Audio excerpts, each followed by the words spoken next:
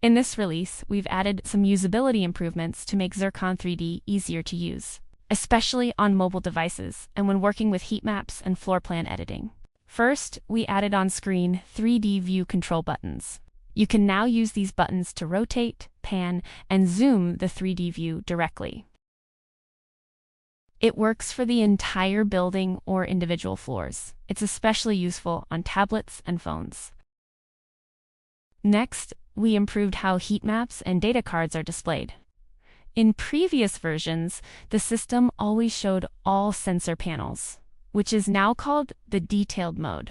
Now, you can switch to compact mode, where only the sensors related to the currently selected heat map are shown.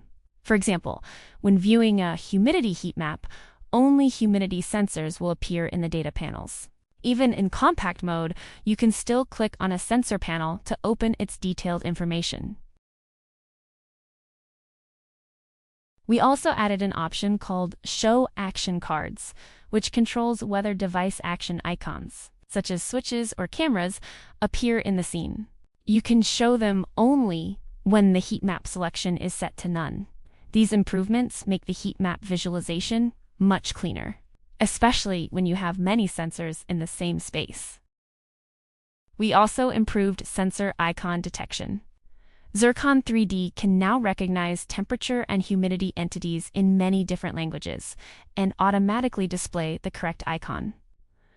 This makes the interface easier to understand for users in different Home Assistant communities.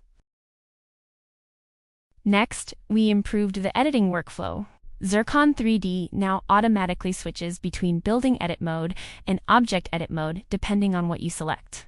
If you select walls or rooms, the system switches to building edit mode.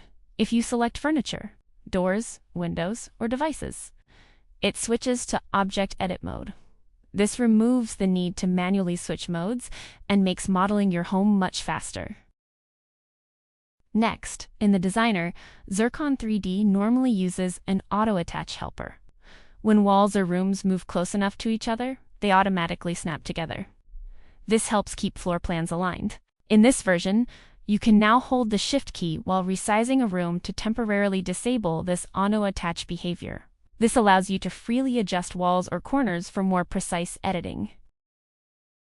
And, as always, this release also includes various bug fixes and performance improvements.